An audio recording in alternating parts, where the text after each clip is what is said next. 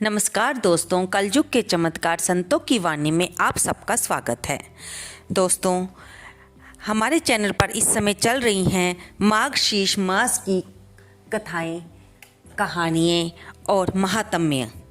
दोस्तों, ये सब बातें हम आपको पुराणों में लिखी हुई या फिर गुरु भगवान के द्वारा बताई गई बातों से ही सुनाते हैं। इसमें हमारी कोई भी अपने आप बनाई गई बात नहीं है, कोई भी अपने आप बनाई गई कहानी नहीं है। ये पहले ही हमारे पुराणों में लिखी जा चुकी हैं, भगवान के अवतार के बारे में, भगवान की भक्तों के साथ कथा कहानियों के बारे में। आज के इस वीडियो में हम सुनेंगे भगवान दत्तात्रेय जी के बारे में कि कैसे उनका जन्म हुआ और उन्होंने किन किन को अपना गुरु माना, वे किसके अवतार थे। आज हम ये सारी बातें इस चैनल में, इस वीडियो में जानेंगे। बोल भगवान दत्तात्रेय जी की जय। भगवान दत्तात्रेय कैसे पैदा हुए, इसके पीछे एक बड़ी लंबी कहानी आती है कि एक बार माता लक्ष्मी, माता पार्वती और माता सरस्वती को घमंड हो गया कि सारे संसार में वे ही पतिव्रता औरतें हैं और कोई भी नहीं है।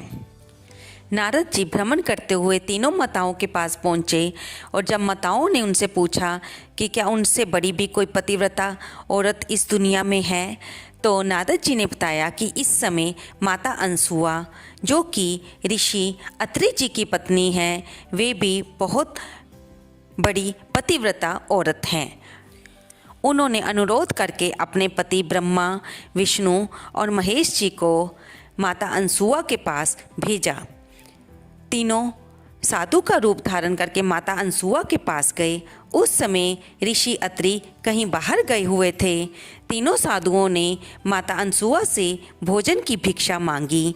जब माता ने भोजन बनाकर परोसा तो तीनों ने माता से कहा कि वे भोजन तभी ग्रहण करेंगे जब वह निवस्त्र होकर उन्हें भोजन कराएंगी। अब माता अनसुआ को कुछ संशय हुआ तो उन्होंने अपने पति का ध्यान करके देखा कि ये तीनों साधु कोई और नहीं, ब्रह्मा, विष्णु और महेश हैं। वह अपने द्वार से किसी व्यक्ति को खाली नहीं जाने देना चाहती थी और फिर ये तो ब्रह्मा, विष्णु, महेश थे। तब माता अनसुआ ने अपने पति के कमंडल से जल लेकर तीनों साधुओं पर छिड़का और कहा कि यदि मैं अपने पाति धर्म का पूरी तरह से निर्वाह करती हूँ, पालन करती हूँ, तो ये तीनों 6 महीने के बच्चे बन जाएं। तीनों देवता 6 महीने के बालक बन गए और रोने लगे। तब माता ने उन्हें अपना दुग्ध पान करवाया और वे वहीं पर माता के आश्रम में पलने लगे। इधर जब काफ़ी समय बीत जाने पर जब तीनों देवता विष्णु जी, शंकर जी और ब्रह्मा जी वापस नहीं आए तो तीनों माताएं, माता पार्वती, माता लक्ष्मी, माता सरस्वती, उन्हें ढूंढते हुए माता अनसुआ के आश्रम में आई। उन्होंने देखा कि उनके पति 6 महीने के बालक बनकर वहां माता के आश्रम में पल रहे हैं। तब उन्होंने माता अनसुआ से अनुरोध किया कि हे माँ, हमें हमारे पति वापस लौटा दीजिए। तब माता अनसुआ ने उनकी प्रार्थना को स्वीकार किया और अपने पति के कमंडल से जल लेकर उन पर छिड़का। तब तीनों बालक अपने असली रूप में आ गए, यानी वे अपने असली रूप ब्रह्मा जी, विष्णु जी और शंकर भगवान के रूप में बदल गए। तब तीनों देवताओं ने माता को वरदान दिया कि उन तीनों के अंश से माता के पुत्र होगा और तब तीनों के अंश से जो बालक पैदा हुआ वे भगवान दत्तात्रेय थे।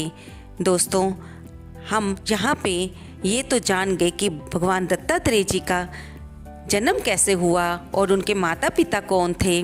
अब आइए जानते हैं भगवान दत्तात्रेय जी से जुड़ी हुई बातें। भगवान दत्तात्रेय जी के 3 सिर हैं और 6 हाथ हैं।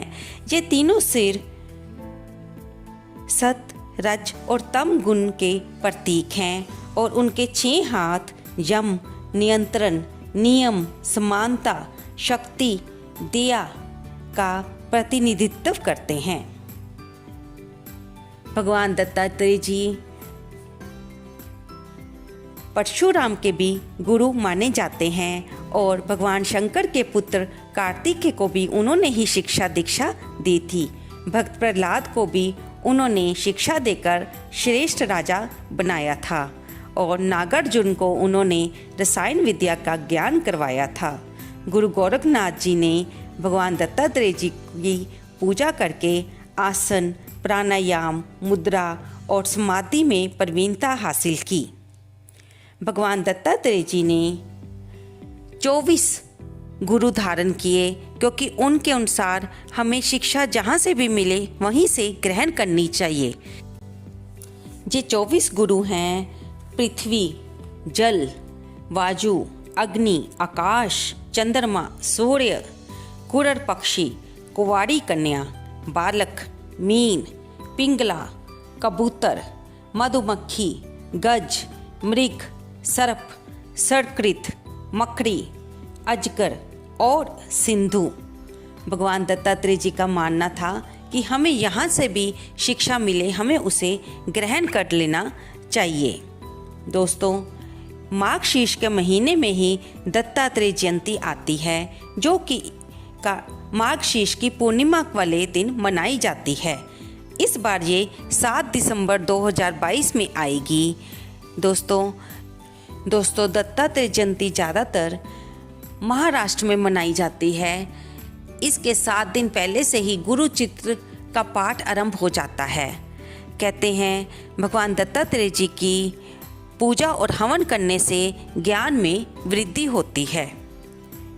तो दोस्तों, आज की वीडियो में हमने जाना कि भगवान दत्तात्रेय कौन थे, कैसे इनका जन्म हुआ और इन्होंने कौन से 24 गुरु धारण किए।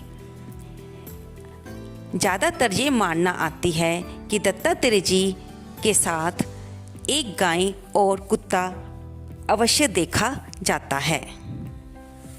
दोस्तों, जब भी दत्तात्रेय भगवान की फ़ोटो या चित्र को देखा जाता है तो ये पाया जाता है कि उनके साथ हमेशा एक गाय और 4 काले कुत्ते होते हैं।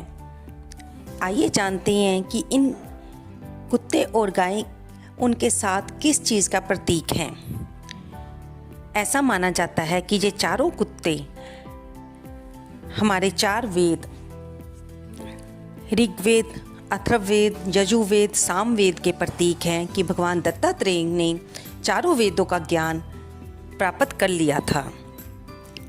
फिर ये माना जाता है कि ये चारों कुत्ते हमारी कॉन्शियसनेस के प्रतीक यानी कि स्वप्न अवस्था, स्लीपिंग यानी कि सोने की अवस्था, जागृत अवस्था और तुरीय अवस्था के प्रतीक हैं।